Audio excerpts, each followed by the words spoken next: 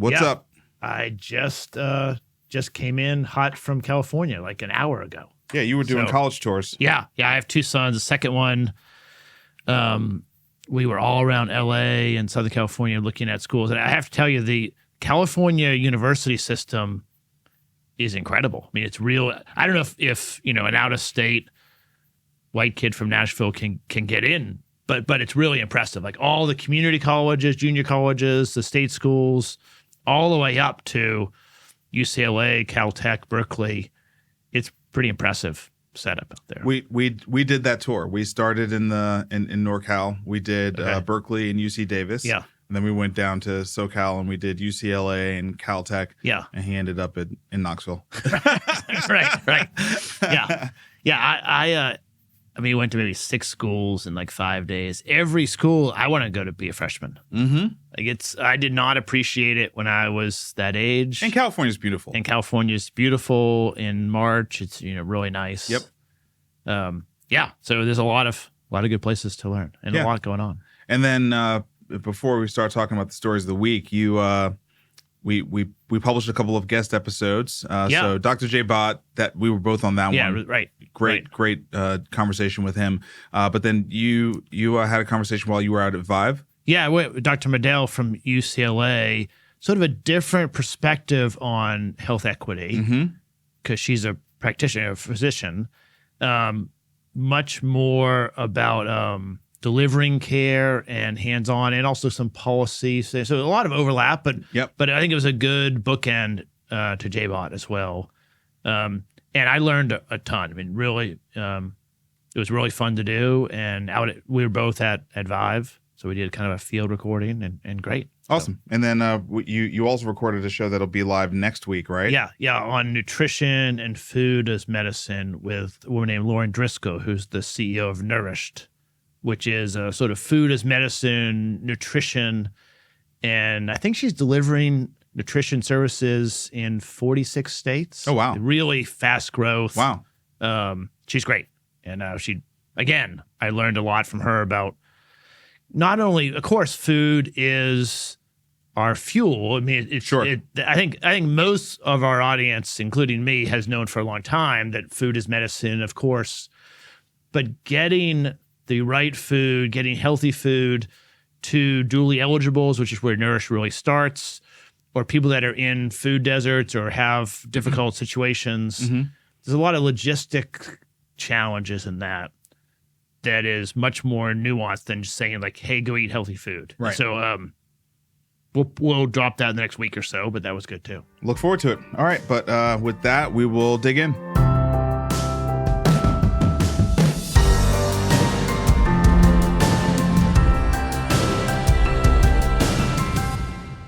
Quickly, because I don't think there's much of value here to discuss. Inflation picks up to 3.2%, slightly hotter than expected. All this really means, I think, is that the Fed is not going to do any rate cuts anytime soon. Yeah, I think that's right. We watch the macro economy because it's so intertwined with the reimbursement rates and the price of both public and private assets that I care about. But I think you're right. The Fed is doing a pretty good job at navigating this, like, thread the needle, pull inflation down from 7, 8, 9, where it was a year and a half ago, to not to their target, but approaching it. And we really haven't seen a lot of economic damage. And so inflation's a little bit hotter than expected. Yeah, I think that's right. It's just sort of steady as she goes. No real change. Anecdotally, we're not going to go into big detail on it, but Bitcoin officially hit all-time highs. It broke 70K this week, so it's just kind of into the next stratosphere.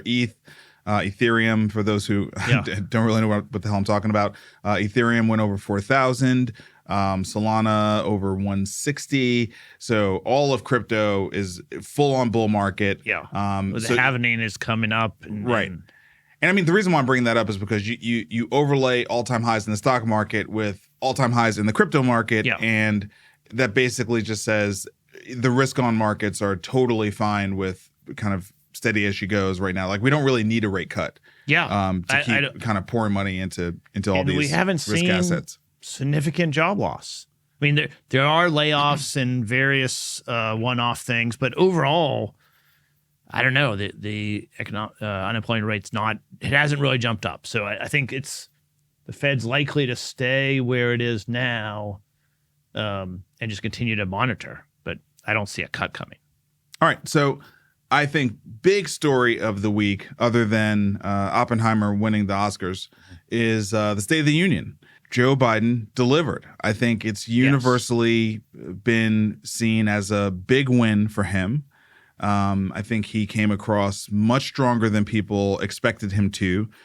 His critics basically have moved on or said nothing because it's hard to really critique his performance.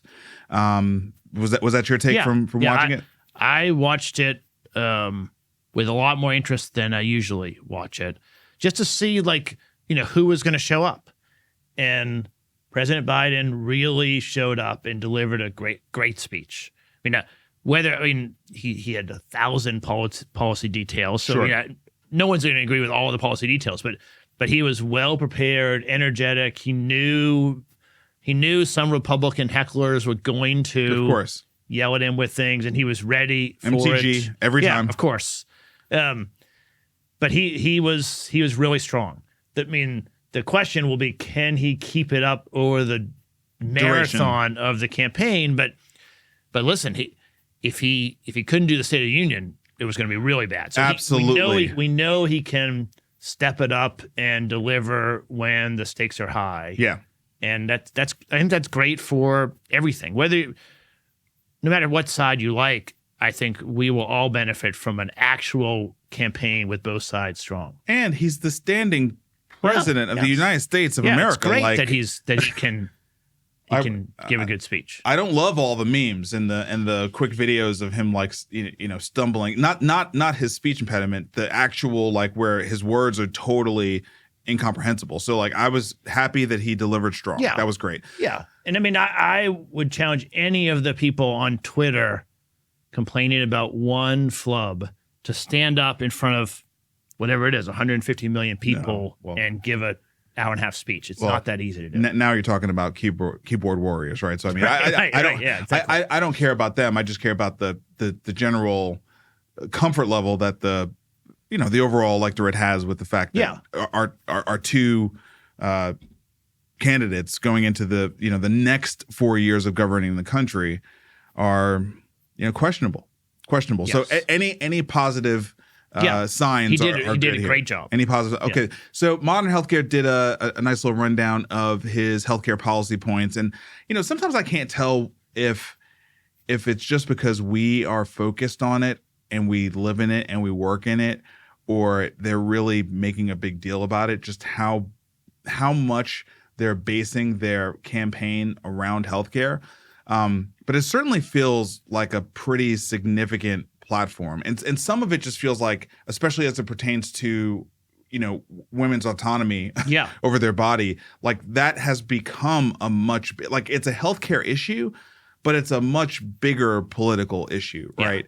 That's and right. So leading with reproductive health, it's like the Alabama Supreme Court gave Biden a gift, that's right. for any woman who was on the fence or might have been sort of starting to settle into the Dobbs reality. This I don't know what do you even say about this?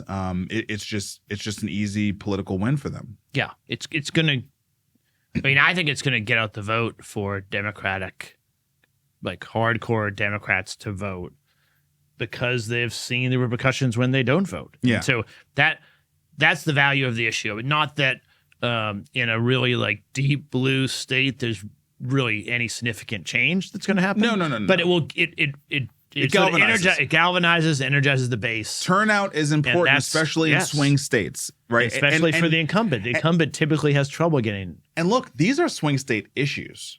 That's the thing. These are issues that were not sort of the typical Republican Democrat issues. They've become that as we've had the religious fundamentalists take over the Republican Party, and it's just not clear that those are winning issues, right? But what's really funny is that the Republicans knew this was going to be an issue. You can tell by who they selected to handle the response, right? Katie Britt, Senator Katie Britt and I from thought Alabama. she did a good job. I mean, she did a good job because she told her own personal story. Right. So it's you can't really refute someone telling their personal story. That's a hard position to speak. Yeah. And I think she did the best job that someone could do in that. Yeah, but the political strategists knew that this was something they needed to offset. Yeah, a young woman from Alabama who has kids and can talk directly to it. Right. That's right. The thing that I think is interesting is for decades, a Republican strategy to get out their own base has been overturning Roe v. Wade. Yeah, now it's done. And now they've caught the bus and like, oh, crap, now we need to find something else. Right. And that's it just kind of swings around. Yeah, or we got to try to explain to people somehow that this is okay, that Right. everything's going to be fine, which, no one who is concerned about this actually believes. Prescription drugs, nothing new here. Yeah. They've been pushing this for well over a year and a half. So this is a big one. I think it's going to be a popular one. For better or for worse, I don't think there's a lot of popular sentiment around pharmaceutical companies. Generally speaking, they get a very bad rap in terms of being bad actors. The whole issue with opioids, the general profit margins that are made there. So it's just it's an easy political win. It's an easy win. There's easy math to say, and Biden did, where like the manufacturers are still making money. Of course, you don't see all of the R&D that goes to waste.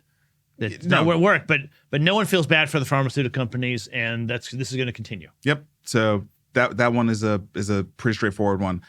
Health insurance exchanges. I mean, this is just continuing on with Obamacare, and that's Joe Biden's going to do that, right? I mean, just. I'm going to protect the open exchange. It's good for coverage. It's good for access. It's good for competition, right? It gives you the competition, through line. So I don't know. I think that is more of a, red state, blue state. It's a political point. Yeah, political point. Right. And then the Women's Health Initiative. And quick shout out to my good friend Maria Toller.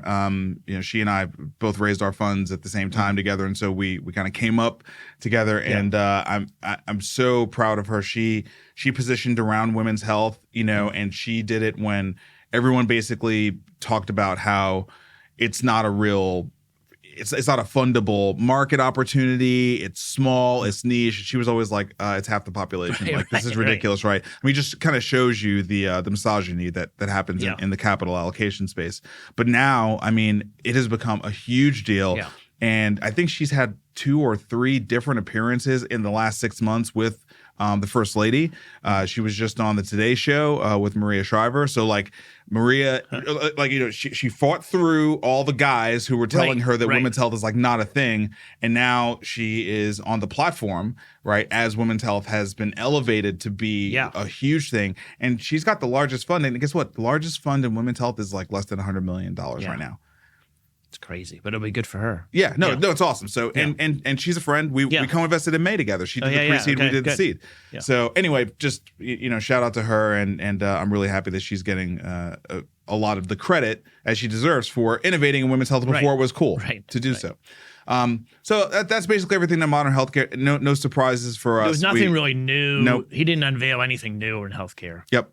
Okay, I hate that we have to do this because we were kind of early on this whole story, but we have to. The world has caught up to the change stuff now. Right. So we have to continue on with a little bit of an update on the ChangeHealthcare thing. I think the big news coming out of this week is that the White House actually got involved publicly, apparently summoned the CEO of United Health Group to the White House. And I don't know if Biden actually met with Andrew Whitty. Seems to me it was more like HHS and related agencies. Probably CMS was there meeting with them. But just the political positioning is escalating as the days and the weeks continue, where the system is still not 100% back up. I know that there are portions that are up at the. I don't have there's no dashboard that kind of tells you these systems are up, these systems are down. I know that the pharmacy Change has stuff a site, but they haven't updated it in a long time. I know the pharmacy stuff is mostly back, and I think there are other aspects of the system that are back, but it's still not 100% back. So, look, it's just becoming more and more of a mainstream story. I do think it's incredible that it has been almost a month and it's still not like a full-on mainstream story. I think if you were to ask 10 people on the street, I think 9 out of 10 would not. I think 9 out of 10 would know. Yeah. So I think it's still incredible that healthcare is such an important part of our economy, such an important part of, sort of our national infrastructure. And it's still so Byzantine that most people don't understand what's going on. But yeah, look, I mean, it's just rough. It's just rough. What else is there to say? Yeah. I mean, I hope I never get called to the White House. I think that's right. Because I'm not going to win a Super Bowl. And when you get called to the White House, it's typically to get reprimanded for something.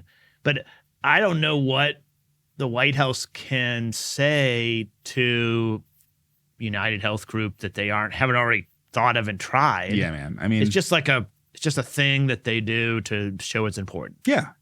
We're on it. We hear you. We're working on it. I mean, it's political calculus. They have to do it.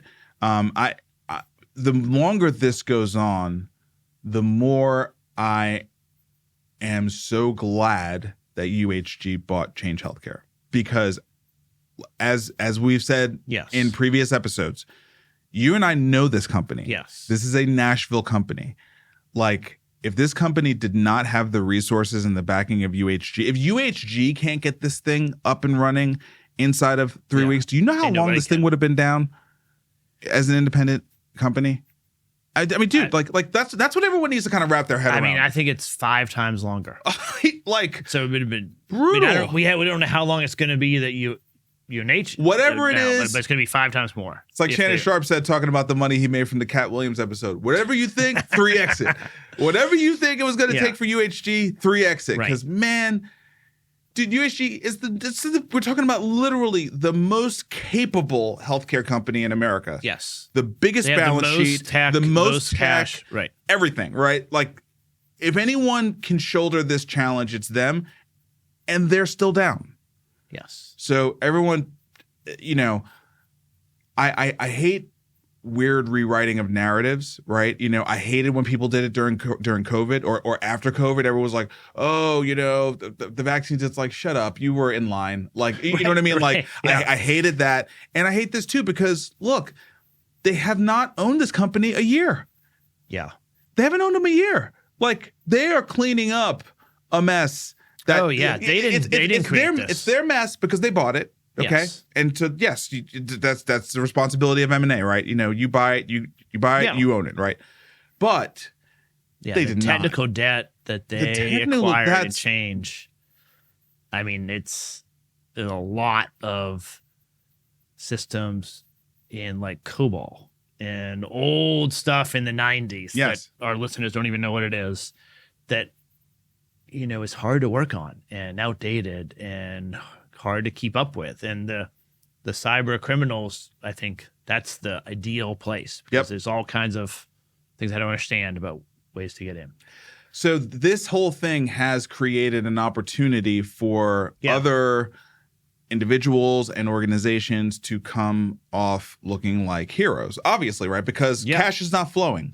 Right. And so people do have to come in and backstop. When SVB went down, the Fed was the hero, right? They came in, they bailed everybody out, with the Treasury and the FDIC, and they created the bank thing, and everyone loved it. Yeah. And in this case, it's not quite as centralized, but I just noticed this story came across my feed in LinkedIn. Christine Meyer, I think is probably how you pronounce her last name. She's a doctor, and she tells this personal story with this picture of her home. Right. So she starts the post saying, "This is our home. We moved in the same year we started our practice. It is not a mansion, but it is an absolute haven." And it is a very nice house, by the way. My kids took their first steps here, learned to ride bikes here. So you're like, where's she going with this, right? And then, she goes, we were so proud the day we paid off the mortgage and it officially became ours, free and clear. And then she tags UHG. As the United Health Group cyber attack fallout continues into its 3rd week, we are still not getting paid. It basically goes on to say she thought she was going to have to take out a HELOC. Right. In order to keep operating her business. And then Aledade came in, which is the ACO that she's a part of, and basically forwarded the money. Yeah. Right. And so she gives Farzad Mostashari a big shout out on LinkedIn, and the post was very popular, and so it's got over 1,000. I mean, you don't see a lot of healthcare posts get over 1,000 responses. Yes. Over 1,000 responses, and Farzad is actually one of the top commenters on it. Who he chimes in and says, so glad we could be helpful. You're an amazing leader. We're learning from you every day. So it's just it's interesting to kind of see how chaos creates opportunities for other organizations and individuals to step up and build goodwill, right? I mean, I think in healthcare broadly, I mean, there's 14 million people that work in healthcare, I think, or something. But broadly, people get into healthcare because they actually want to help other people and take care of them. And so, in general, I think the community of healthcare workers are well-intentioned, and it's great that Farzad and Alidade stepped up, and it's not surprising. Like they should. It's great for them, and we should take care of our doctors that didn't do anything wrong. And the money is there somewhere in the system. It just isn't flowing to her. And I think at the same time, it's the American way. Like United is going to suffer, and there's opportunities for ACOs and other payers and other people to come in, and that's probably healthy, right? To have a little more diversification in how all of the payments get processed and things. One thing I was reflecting on was the fact that the industry has still kind of chugged along. Clearly, Christine's story is a real story. Yeah. Okay. And if she's one story, there are thousands of stories like it out there. Okay. There's no question. However, generally speaking, the industry has found a way to continue on, to carry on, right? And I think what is really interesting about that is the fact that an Alidade can step in and do that. I think one thing we need to remember is that this industry was pretty compromised just 2 years ago. Coming out of COVID, our health systems were all really struggling. We weren't a healthy industry to be able to withstand the shock of something like this. Like, had this happened 2 years earlier, this could have been far worse, right? Because there may not have been the ability to fill in the gaps where, United is trying to bring the network back up. But now, generally speaking, our health systems are doing much better. They're performing much better. Everyone's just better off financially than they were. So we have this kind of goes back to the Fed, right?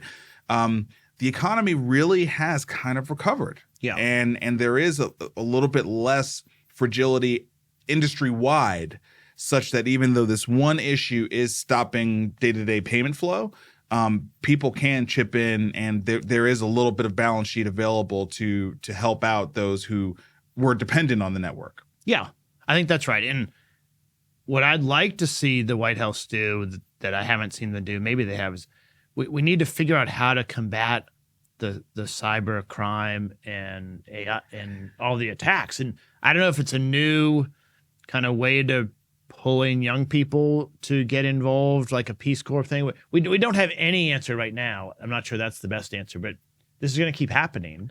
Enable more competition. Don't stifle M&A. Don't stifle the private markets when it comes to capital allocation. Don't create unnecessary regulatory issues, and stop choking off blockchain. Yeah. Seriously. Like, the idea that you're going to fix this with regulation and not have unintended consequences. Yeah, that's not going to work. That's not going to work. Yeah. We have technology to address these issues now. We totally do. Yeah. I mean, blockchain and Web3 technology would take some building, but it's available now. It's available now. It's not built out. Well, it's not that it's not built out. It's that the reason why I'm saying it's not that it's not built out. We have the Bitcoin network. Yeah. The Bitcoin network has not gone down. Ever. And it's hard for me to imagine it going down. Hasn't gone down. Yeah. Right? It's a shared ledger. It's running transactions. Like, what more do you need? Yeah. It's moving money. I mean, that's the biggest honeypot you could attack that exists. It's $1 trillion+ honeypot. Right. Yeah. I think it's not with no nation state backing it. So like there, if you manage to bring down the Bitcoin network, there's no military that's like immediately going to jump in. The United States military is not, for sure not. Right. Yeah. So that demonstrates to me that it is robust and resilient. It's hard to attack. It's at least worth exploring. It's at least worth running some pilots. It's at least worth creating some initiatives. We're not doing any of that. Yeah. Right. Well, I've wanted to dig into that a little bit more in the show. So in future weeks, we should have a guest or look into that more, because that is, I mean, it's clear with the ChangeHealthcare issue, we have found a national security like vulnerable area. Totally. And we need to figure out a solution for our industry. Totally. All right. Moving on, but staying with the Payvider world, Cigna Evernorth, they have expanded their GLP-1 program, and probably more importantly, they have rolled out a behavioral healthcare group. So they've employed 1,000 providers directly. Cigna continuing to, copy, quite frankly, the UHG playbook and build out the acquisition of providers. Yeah, I was really interested to see the behavioral healthcare group get created, because I think we need more behavioral health providers, and we need them more in network. And that doesn't necessarily guarantee they'll be in the Cigna networks, but it certainly makes it likely that they'll have some network coverage there. Yeah, and also, I mean, the fact that they are enhancing their support for GLP-1, I think it's demonstrating that this solution, it's kind of getting on both ends, right? It's growing in indications in terms of what is being approved for by the FDA, and then that is necessarily expanding the waiting list of people who want it on the patient side. And so it's hard to think about a single drug category that has come on this quick and forced the kind of hard questions to be answered by payers, by employers. How are they going to navigate this? Because it's the beginning of a total paradigm shift. Yeah. It's almost like the kind of thing we kept expecting to come from cell therapies. Yeah. Right? It just ended up coming through the weight loss, channel. Yeah, that's right. I think the cell therapies, which I think we might have a story on later, it's hard to scale it. Right? You have to customize it to the particular disease state. Right. It has a lot of back and forth with the patient. Manufacturing is totally GLP-1, different. You just produce it, and you can mass produce it, and it's still really effective. Yep. So. Yep. But it has that same the broad application. Yes. Yeah, and that's why I was so excited to talk about with Lauren Driscoll at Nourished. Food and weight is comorbid with almost all the chronic diseases. Yep. Staying with the GLP-1 stuff, Medicare now has a pathway to support GLP-1s because it was recently approved for heart issues. I mean, so now this thing, weight loss, kidneys. Right. Kidney was the fast follower. Kidney was the first one that wasn't weight loss. That's right. That was the fast follower. Yeah. And now heart. Yeah. And I mean we're getting pretty close to the whole diabetes. I was about to say we're getting pretty close to the whole suite of chronic care issues, right? Yeah. I mean, CKD, ASCVD, and then diabetes, like that kind of covers it. Yeah. And if you get coverage for CKD, diabetes, and cardiovascular, do you need weight loss? You get a lot of the patients. Right. Exactly. I mean, I think it's written in the statute that Medicare will not cover weight loss things. And so they're having to figure out a way to do it. It's going to be a lot of money. So I don't know that has all been worked through, but yeah, it's coming.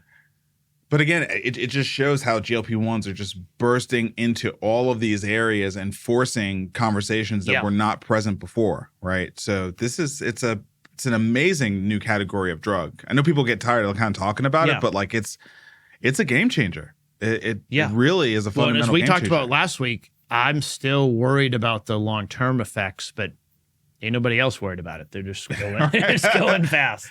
Well, I mean, look, the status quo is very bad, and we have not been successful and addressing the status quo. And we've been trending just only in one way for decades now. That's so right. when it comes to obesity and all the comorbidities. So, look, I mean, what are you gonna do? That's right. All right, and then one more story before we take a break. Eli Lilly, and this is actually still more GLP-1 stuff. Right. Part of the whole Lilly Direct initiative. They are now partnered with Amazon as really a delivery partner, but it's starting to demonstrate the kinds of partnerships that we're going to see pharmaceutical companies engage in as they continue to define what a direct-to-consumer strategy looks like and what kind of partners they need, both on the provider and the pharmacy side of things. Eli Lilly and Amazon, that's a massive set of partners right there. Yeah, and they have providers in the loop, but they're not branded providers. They're sort of partnerships with a bunch of various people. Yep. Because to prescribe drugs, you need to have a doctor in the loop. Yep. But what I think is interesting is that the Lilly consumer brand and the Amazon consumer brand are really strong. Yep. And so it may be true that they can go direct to patients, direct to consumer, and have unbranded doctors around and swap them out as needed. The health systems, they have brand identity, but it's not as strong as the consumer-facing brands. That's been a challenge forever. And I don't know. We'll see how it plays out, but that's what I find interesting here. Well, look, I mean, I think the thing that I'm realizing is that I think Eli Lilly has a real shot at building a true consumer brand. Yeah. I think they already have a pretty good brand from a brand ID perspective and a brand recognition perspective. I think they're number 2 to J&J. Yeah, exactly. J&J is baby great. powder. It's baby powder. Yeah, they've had their own challenges with baby powder.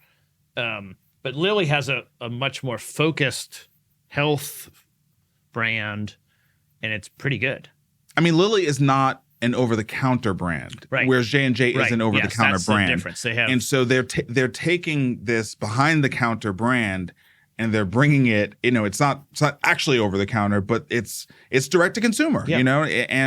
And I think it's actually even an attractive brand, Yeah. Lilly, it sounds good. It's a pretty font. I mean, just kind of getting into all the consumer realities of it. Right. I mean, I think they're pretty well positioned. Yeah, it's U.S. based. So, I mean, there's a middle America. Yeah. So it's a good American story. Yeah. A lot of the other pharmaceutical brands are not completely U.S. based. They all have U.S. subsidiaries. But yeah. So anyway, GLP-1 season. Yeah. It continues. All right, we'll take a break. Let Doug share a little bit about Jumpstart Foundry. And when we come back, we're going to do a rundown on what happened at HIMSS this week.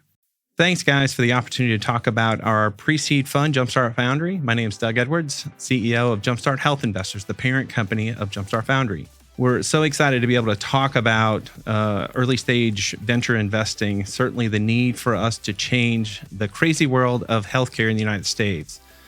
We are spending 20% of our GDP, north of $4 trillion a year on healthcare with suboptimal outcomes. Jumpstart Foundry exists to help us find and identify and invest in innovative companies that are going to make a difference in healthcare in our country. Every year, Jumpstart Foundry invests a fund, raises a fund, and deploys that across 30, 40, 50 assets every year, allowing ease of access for our limited partners to invest to help us make something better in healthcare. Some of the benefits of Jumpstart Foundry is there's no management fees. We deploy all the capital that's raised every year in the fund. We find the best and brightest, typically around single-digit percentage of companies that apply for funding from Jumpstart, and we invest in the most incredible, robust, innovative solutions and founders in the United States. Over the last 9 years, Jumpstart Foundry has invested in nearly 200 early stage, pre-seed stage companies in the country. Through those most innovative solutions that Jumpstart Foundry invests in, we also provide great returns and a great experience for our limited partners. We partner with AngelList to administer the fund, making that ease of access not only with low minimums, but the ease of investing in venture much better. We all know that healthcare is broken. Everyone deserves better. Come alongside us with Jumpstart Foundry, invest in making the future of healthcare better and make something better in healthcare. Thank you, guys. Now back to the show. All right, so we're back. There's only one thing we want to talk about at HIMSS, which is Google Cloud. Yeah, HIMSS is I I don't know. I was looking hard for stories coming out of HIMSS, and there just wasn't that much exciting stories. Now, I wasn't there, but it just, I don't know. It feels like. Who do you know who went? That's the better question. One of our LPs went. Okay. And I couldn't find portfolio companies that were there because he wanted to meet a couple. It seemed really quiet compared to Vive. So to me, that's the real story, that there's no stories. I mean, you want to talk about a fall from grace. It started with COVID. Yeah. And kind of the way that HIMSS handled COVID with the sponsors and the money and all that kind of stuff opened the door for Vive. Vive launched right after like vaccines were out. Right. I remember like it was Miami of 21, right? Yeah. The reason they went to Miami was the only place they could go. Right. And went right back at it. And man, in 4 short years, they have taken a huge chunk out of HIMSS the brand power. The health, I think Vive was health at first. They added Chime. Yeah. And adding Chime really gave them like the clout and the girth to be able to compete with HIMSS. I mean, yes, but also like Chime was nowhere in the same universe of relevance that HIMSS was. I mean, it's like, yes, for health bringing Chime in, but I think probably more importantly, Chime partnering with health. Yes, right. Like yes, Chime gave health the credibility, and that's cool. And just the breadth of the continuing ed stuff, all those things that people value at conferences that I don't care about. Like they can do that with Chime, and they wouldn't have been able to. But like credit where it's due, the health team executes their ass off when it comes to an event. You and I've done it. Yes. It's super hard. They are really, really good at it. They deserve all the success that they're getting. Okay, so Google Cloud is advancing all their Gen AI solutions. Vertex is their AI suite. They've built it out alongside of a specific trained language model called MedLM that they're building out. So did I tell you I'm going to Google Cloud next? No. Yeah. When is that? It's in April. Okay. Yeah. Soon. It's like in a month or something like that. Yeah, I'm going. I'm going because I just believe that the seat that we've had here in Nashville watching Google partner with HCA, CHS, LifePoint, Google is way more integrated into health systems than people understand. And I think they did it really smartly. Instead of trying to do it at the application layer, they did it at the fundamental cloud and data layer. And now they're rolling out these, this AI capability. And it's going to be against real world stuff that they've worked out with these, super large health systems. And so I think it's going to be very well informed. Karen DeSalvo is their chief health officer. Yep. She's super smart. So I can't wait to go learn. Everyone's like dogging on them because the Gemini launch and all the sort of bad, race stuff that they had happening. I don't even get caught up in that shit. Yeah, I think when it comes to healthcare AI, Google's going to be a massive force. Yeah, their LLM MedLM. It was really good before ChatGPT. Right. And they have been really focused on kind of fine-tuning LLMs for healthcare and medicine and almost scientific research too. And they were hesitant about launching it. I was reading a paper from like September before ChatGPT launched, so September of 23, I guess, 22 maybe, where they say in this paper, I remember this. It's ready, but we're concerned about cultural interactions with healthcare in the developing world. And what they mean is like Hindu religious practice versus Muslim versus Christian. They were not concerned with getting the LLM right. Yeah. They were just worried about sort of how it would impact the world. And that's kind of how Google's culture is. And I think they're overly cautious compared to the competitive landscape. But they have a ton of really sharp people, and I'm excited to see what you have there. Yeah, so probably the antithesis to Google these days is Elon. He's constantly throwing barbs at both Google and OpenAI. Yeah.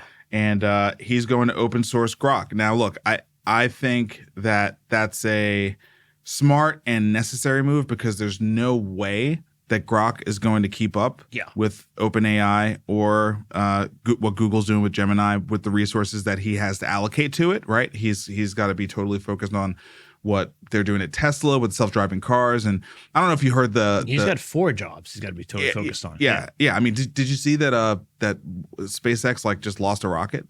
Oh, no. Yeah, just lost a rocket. So, I mean, look, he's got a lot of stuff going on. You know, I don't think a chatbot is like where he can put all his focus. So open sourcing it is really smart. It's worked out very well for Meta, right? The Llama model is continuing to increase in the velocity of its ability to be a super fast follower against the GPT suite.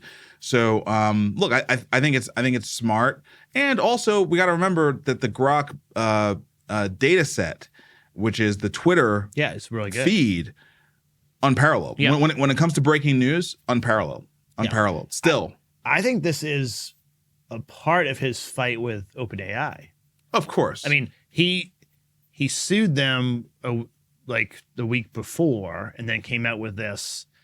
And I think that's the bigger piece. I think he's open sourcing Grok, yes, because he has to, and he's never going to keep up. But also because it's symbolically good. He's requesting that OpenAI open source their stuff, and it's a pretty compelling argument. He put $40 million into a nonprofit to advance AI for the good of humanity in a nonprofit, and he claims, I haven't seen it, but supposedly there were documents that when AGI is reached, when general intelligence and the AI is smarter than all of us. At that point, they would open source that and everything before that, and then they would close it and try to control the AGI. And what he's saying is you either have reached AGI and you should tell everyone, or you should open source the models that I funded. And I think that seems kind of fair. I didn't give $40 million, but if I had to a nonprofit, I'd be upset if then they started making money themselves. So anyway, I think the Grok open source is part and parcel with his request around that. They're not going to actually do it, but you know, there's going to be some really important books and documentaries that are going to have to be done about OpenAI because we really, I can't. I mean, maybe the NFL, but I'm trying to think about a nonprofit that basically went for profit, that has this kind of impact. And the NFL is the only one I can think of.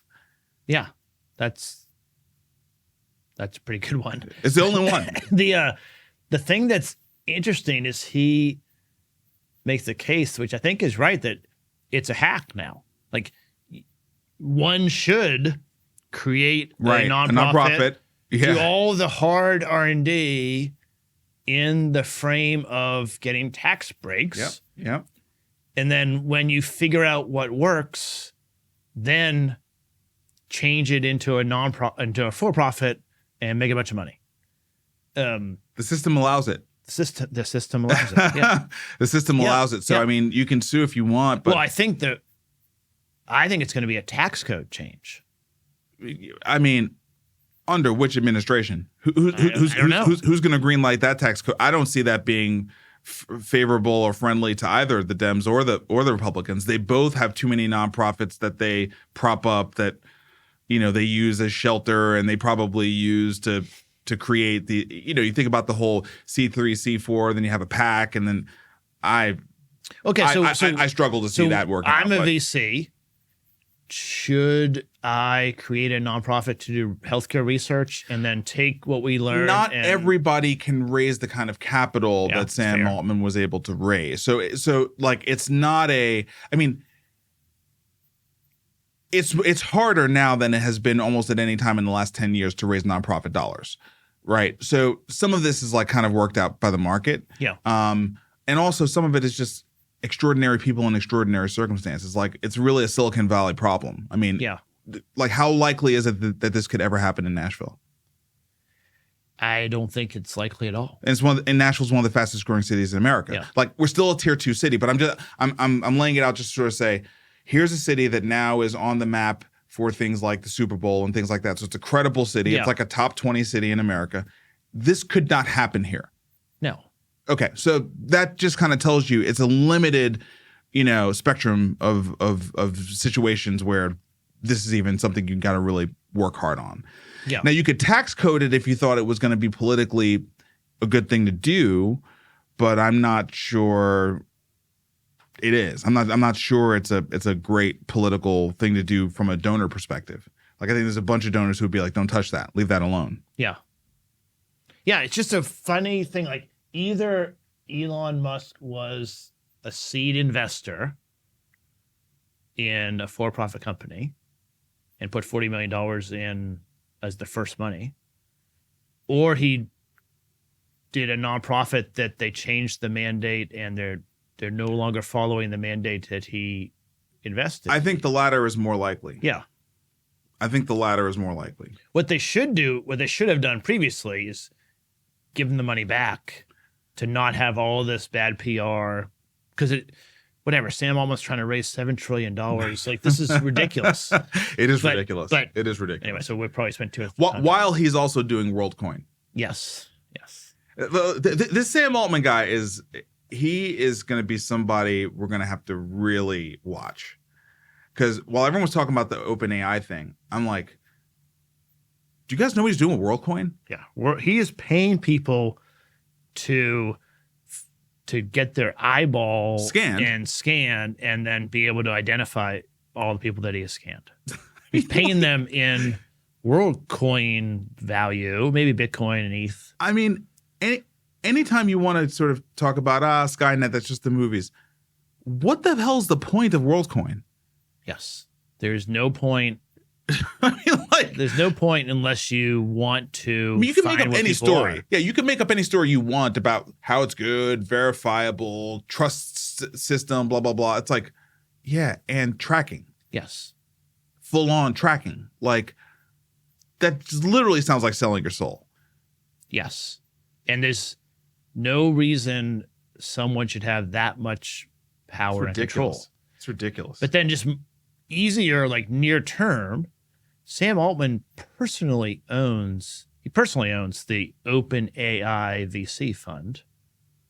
It's $100 million. It's not a corporate asset. And they claim they're going to, that was a clerical error and they're going to fix it later. I mean, oh man. Yes. And but Elon's no different. I mean, these people they're masters of the universe. So I mean, they are doing lots of things, and the problem is no one feels bad for Elon. Yes. He's not going to get any sympathy in a suit about, okay, that's dude, you're literally the richest man on earth. Right. Like, I'm sorry. Yeah. You've made it to where we look in the sky and we can't tell if it's a star or a satellite. Like, do we really feel sorry for you? Right. I don't think we do. Okay, moving on. Final AI story. I have such mixed feelings about this one because I knew it was going to happen. Yeah. And I not only did I know it was going to happen, I've known this was going to happen for a long, long time. I wanted to learn to code like 5 years ago, and you told me not to. Because of this. I've been telling people this for a very long time. So for the listeners who don't know my backstory, I was a college dropout waiter here in Nashville, and I taught myself how to code in the years 2000 and 2001, and that was my transition out of being a waiter and into being a salaried employee, which then got me into the startup world, which then got me to meet Vic, which then got me into venture capital, which got me here. Okay, that's my story in a nutshell. And there's a lot of stories like that where software engineering, you can, if you're smart enough, not everyone has the aptitude, but if you're smart enough, you can learn it and pull yourself up and be good. Right. Or you used to be able to be. So in 2000, when I did that, there was no Code Academy. There were no code boot camps, which are everywhere now. All the ability to like learn code and, Black Girls Code and all these different programs around code. Everyone needs to learn how to code, right? It's all come up in the last 20 years. Yeah. Well, I think it's really come up in the last 10 years. Yeah. I think it's the last 10 years. I think right along with the accelerators came all the coding schools, right? Kind of side by side. And there was a certain point where I just could see that the tooling, it wasn't even AI based. It was the tooling we were using was abstracting what we were doing as software engineers so far that it was like, you're not even really coding anymore. You know, you're laying out some high level instructions and the code is coding. The code's actually coding. You're not really coding anymore. The compilers. Right? I mean, you're getting more and more high level compilers. It was higher. I was about to say it was higher level than what we would normally refer to as a compiler in the software engineering space. I mean, you have like C compilers or direct language, but then you used to have 4GLs, which were like, and then you had environments and packages like Ruby and Rails, for instance. Yes. Frameworks. And then frameworks up to frameworks. Right. And, you know, anyway, you could see that the logical end was going to be the code was going to code itself. That was the obvious logical end. So I can't believe it's taken this long, but this week, a company called Cognition Labs, they announced Devin, which is the first AI software engineer. I cannot believe it took this long because I thought it wasn't going to be long after Microsoft and GitHub announced Copilot that we were going to have the first full-on software engineer. But still, here we are, right? This software engineer evaluated on the SWE benchmark, which asks an AI to resolve GitHub issues found in real-world open source projects. Devin correctly resolves 13.86% of the issues unassisted. More than 1 out of 10 issues with no assistance, this AI can fix. And that's today. Do you know where we're going to be at the end of the year? Like it's gonna do it all. It's gonna do it all. 100%. Like, what is going to happen to the software development industry, to comp sci, to like? Let's just frame it, because not everyone listening knows GitHub or knows what all this means. I had to watch the 20-minute thing to really figure, but the easiest way for me to understand it was Upwork it's a community where you can go on as a freelancer and do projects. A lot of them are software-based, they're not all software-based. And as a person that needs something built, you can go on and request it. It's like a matchmaking thing for freelancers, basically. And they completed a job on Upwork with, again, Devin did it with no human assistant. They took the files that were given by the person requesting the job on Upwork, and then it cranked through it and fixed it. And it was a really interesting but really complex thing about how do you, self-driving cars, how does the car know if this is a white line or a crack in the pavement, or like, it's sort of computer vision. Yep. And it did it, shipped it back, and got paid. There was no human there.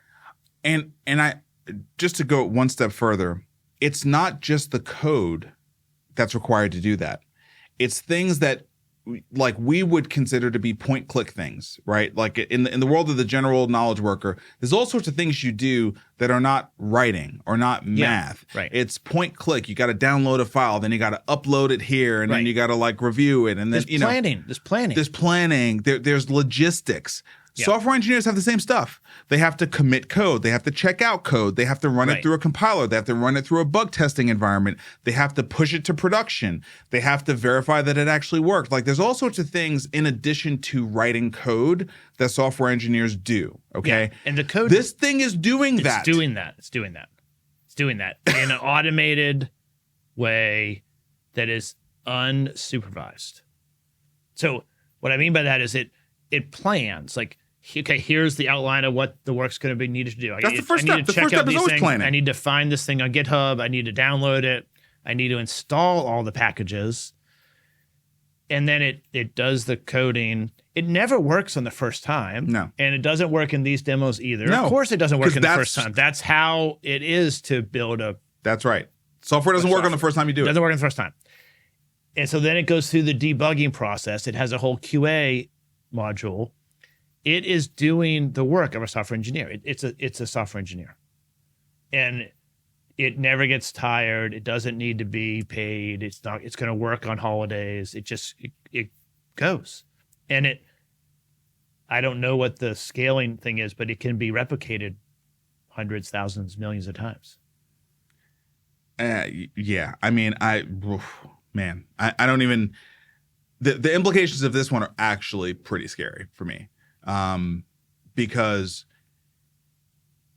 our economy, as we understand it today, has been built on the productivity of humans that are software engineers. Like that is if you look at Magnificent Seven, okay? Yes. If you look at Google, or you look at Meta, or you look at Amazon, or you look at any of these companies, what has been the fundamental unit of productivity across all those companies? Software engineering. Yeah. Like that let's be totally clear. It's not business development, it's not design, it is software engineering. That is the fundamental productive unit. A whole bunch of humans got rich. Right. In the run-up of these companies over the last 20 years. And we were all I'm happy to pay Epic for Google, for Epic, because I get Google search answers much better than I had in the 90s. That's right. And I know they use my search history to position ads, and that's part of the deal. But the question is, can humans still drive better, faster, more productivity by using these tools? You have a software engineer tool that can just build something for you. It's going to be a transition. Like, we don't know how to do that. It's not the objective question of can we do it, right? Because we can for sure. I think for me, it is much more a sense that we are, as a population right now, we seem to be, and this is very, very, very subjective and not objective, so this is opinion. Mm-hmm. We seem to be less resilient and less able to handle, I think, significant change right now. That's kind of my read on us as humans right now. Yeah. Certainly Americans. Well, my view is that the society the boomers created is old, and it's been going on for a long time. And the things that were really brilliant in the 50s and 60s, Medicare, really impactful on humanity. Mm-hmm. It's been around for 50 years. Yeah, and fraying. And the millennials haven't stepped up yet because they haven't had to. But they're going to that as a class, they're going to have to figure out. Well, I mean, they haven't had to, but they have not been supported to. Scott Galloway always makes this point. He always makes the point that, when not just the boomers, but even our generation, Vic, I feel like Generation X is actually the last generation where this is true, and maybe the elder millennials can slide in there too, where it was actually reasonable to buy a house. Yeah. It's when you look at the younger millennials and certainly Gen Z, the ROI on the things that we as a society have asked them to do and set them up to do, it sucks. Of course they want to be TikTok influencers. Right. Why the hell would they want to do anything else? Yeah. Why the hell would they want to do anything else? Like Logan Paul all day. That's what I want to do. Why would I want to go to some school? Right. For what? I mean, so the way I think the cliff notes of that are the American dream doesn't exist right now. Or it's not clear to me what my boys or your boys who are, late teens, early 20s, what is the dream for them? Without you and I helping them. Like, if you just are going to teach yourself whatever, you taught yourself how to code, maybe it's something different now. I think there's a lot of opportunity for entrepreneurs in this space, but it's super hard. because the distribution's not there, the structure's not there, it's just not there. I don't think I understood how important the message in the book that I wrote over 5 years ago means to me now. Like, I mean, I felt strongly about it then, but it's like, man, being a generalist and an entrepreneur is, I can't think of anything less risky. I hate to say it that way, but like, if you understand how the economy works, you understand the fundamental value exchange for productivity. And now you look at what is happening to productivity, especially the productivity that we have most heralded, that we have paid the most for, that we've the most impact. We've corralled everybody towards, right? It's all been computer-oriented productivity. And now there's an entire being that's going to do it better than a human, right? So the only way I think you navigate that for some period of time is entrepreneurship. I don't know how long that lasts, right? I mean, there's questions around how long that lasts, but at least you're constantly observing, synthesizing all the things you're taking in and finding ways to sort of stack on top. At least you get that angle. But man, when you're a cog in the machine, creating productivity for someone else, brutal. I mean, there are millions of software engineers that need to figure out a plan, right? Because it's one thing when we outsource call centers and then we automate that, but I'm still doing my Python code. And it's different when now we don't need that anymore, because those are knowledge workers. They've spent 5, 10, 20 years building their tradecraft, building their expertise. Back to the whole policy thing, I struggle to see how the next administration that is elected is not forced to put some regulation in place, because the job loss that this threatens, it would be disastrous for any administration, like any administration. Yeah. I just don't know how.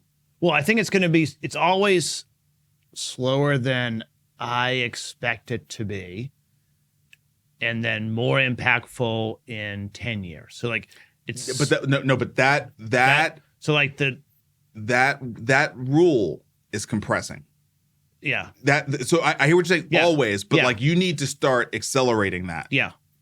Yeah. So I think universal basic income is the first thing that'll happen. I don't think job protection. I don't know how you would do job protection. You're going to tell Google they have to have X number of software engineers. Actually, they're doing that. They're doing that in the healthcare. I was about to say. What do you think MLR is? What do you think 70% labor rates are in nursing homes? I mean, yeah, they're regulating your P&L and telling you how much you have to spend on labor. So look, I just think this is a huge rug pull. Yeah. That's about to happen. We've been telling people for the last 15 years, you need to learn how to code. STEM. Right. Are you kidding me? like you can STEM your ass like for the next 10 years and you're never going to be able to beat Devin. No, you can't beat Devin. No. What you can do, I think, is learn to use Devin and his or her peers to do more. Devin's going to use Devin. Hold on, can we just scroll down to like look at this post on Twitter, or X, whatever you want to call it. Yeah. So after you get past all the PR stuff, right? You start seeing like computer science majors, right? Here's a question: can Devin create Devin? Right? Yeah. We had a good run, bros. As a software engineer, I'm finished. Yeah. Please, sirs, my family needs to eat, sirs. Please stop development on this, sirs, right? I mean, like, this is real. This is real. People who understand what's going on, they get it. And they know because they've been building software to replace people forever. So they know that the software is going to be better than them at building software. They know that. Yeah. And with this demo, how many other AI companies can work on similar things? I mean, a lot, right? Devin can build Devins, but you didn't have to do that. There's going to be lots of copycats. It's going to create unbelievable amounts of competition, no question, and that's going to like push productivity, and that's going to be like I don't want to diminish the upside. I don't want to diminish the upside of the effective accelerationists, right? There is an upside to all this, no question. Like we've talked about it. Like think about the next 30 GLP-1s that are gonna come out of this. Think about all the things that are gonna happen to save people's lives. There's gonna be tremendous upside to all this AI stuff, no question. It's just that there will also be downside. Yes, there will be. There will be human suffering that comes as a result of this, right? I would say there always is. I mean, we don't like to focus on it, but there was suffering when the Industrial Revolution came out. Yes. There was suffering when cars came out. I mean, there were, the people that had horse-drawn carriages didn't do that well. Yep. There's a transition for the workforce. And the thing that makes me worried is how fast this is changing. It's the speed. It's the rate of change.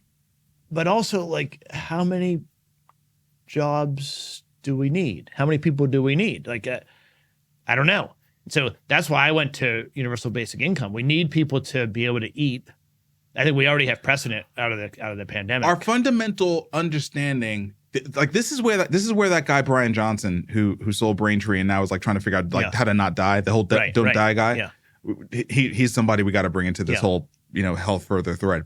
But his whole premise is that we are entering an era where we literally know nothing now. Like we're back to the point where we know nothing. Okay, and we have to just assume that's real. And a perfect way to prove that that's correct is there's two things that are simultaneously inching towards being reality. One, human productivity is on the verge of being eclipsed by computer productivity, like autonomous, sovereign computer productivity. And at the same time, and this is equally crazy, the cost of energy could go to near zero.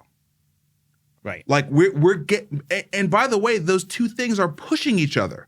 Right? Right. As the AI gets smarter, it's advancing our ability to find alternative methods of getting to energy, right? Like we're getting to the real solar, core. wind, geothermal are going to be We are incredible. getting to the core of thermodynamics at a rate of change that we can't even wrap our head around.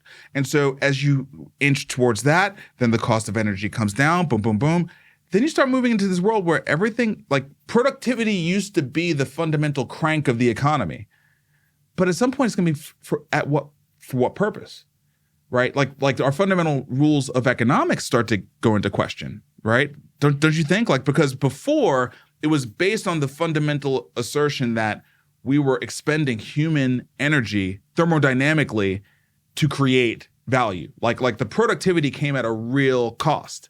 Yeah, we used to have to do physical work. Right. That's what I mean. Animals, you had to do work. Right. Then we invented the steam engine, right, and other engines, but where human muscle power was superseded. Yes, but you had to build the engine, so the engineering and even the R&D around that, right, and the materials to build it. So those became very valuable, and then the plant that did the manufacturing, and then the repair of the engine, right? So it all continued to work, but now we're just moving to this next level where it's a question as to whether or not it still works. So anyway. Yeah. Well, the question I think becomes, what do we want government to provide? And what do we expect the free market to provide? And how do those things interact together? And I think we are in a whole new world of that because we we need them to stay out of the way in some areas, and we need them to come in and help in different areas. And the thing that makes me worried is we need X's or millennials in there that are not going to die in the next 10 years. Agree. So, all right, listen. Sorry, the long rant. Yeah, no. Actually, I kind of want to stop there. We had a couple more stories, but I'm exhausted. Yeah, this is the story. I mean, Devin is the big story. I can't come down from that rant and then talk about the other two stories we had. Yeah. So maybe we'll go to those next week. Yeah, man. Look, this stuff is moving very, very quickly. I appreciate you continuing to pull these stories together because they keep me aware, and I think they help us to do our job effectively as investors, not just in terms of stewarding the capital that we raise from limited partners, but also in trying to support our portfolio companies and help guide them and, help them to navigate this stuff because the ground is moving underneath all of our feet. Yeah. Right. Yeah, I think that's right. And I think over the next 6 months, maybe we need to start adding in the how not to die, longevity. If this explosion of productivity occurs, and we have lots of resources to put at something, how do we want to make our health better? Yeah, you start adding in CRISPR and, all these other kind of things. It's like, yeah. And then I think the whole idea of pairing AI with a token blockchain to prevent attacks like ChangeHealthcare, I want to dig into some of those things, maybe find an expert or two and try to work on it. Here's the final note I want to just end on. When you and I started Jumpstart Health Investors 10 years ago, when we would talk about these kind of things, and we did a token play. We've been playing with these things for a long time. Yeah, we've done a lot of these things before. We knew even when we were doing them, they were proof of concept at best. We would always have to hedge ourselves in terms of how real this was, how long it was going to take. It would take, we've been saying everything will take 10 years for 10 years. Yeah. Okay. And it's just not true anymore. Right. We're actually living in the future today now, right? We're living in the future today. CRISPR is real today. Right. GLP-1 is here today. Devin is working on Upwork projects today. Bitcoin is still all-time high. And BlackRock, that was saying it was ridiculous 3 years ago, now owns more Bitcoin than anybody. Yeah. Today. We even have to get ourselves to fully wrap our heads around the fact that the moment we've been talking about for 10 years is literally here now. We're living in it. Totally insane. And fun. I mean, it's going to be wild, but it'll be fun. Well, I think it'll be fun. I think it's fun because we are very, very fortunate to be literate in it. Yes. And so, look, that's what we're doing this show for. We're trying to stay literate, and we're also trying to help others be literate. Yeah. So let us know if there's other areas we need to bring into the discussion, other topics. Let us know if you have a guest that we should bring in. And tell some friends. We want to get a bigger community listening. Yeah. But clearly, as you can see, we're not only going to be talking about the Fed and policy. We're going to keep talking about tech. We're going to talk about crypto. We're going to talk about, CRISPR. We're going to keep pushing the boundaries because, my friends, all that stuff is here today. And with that, see you next week.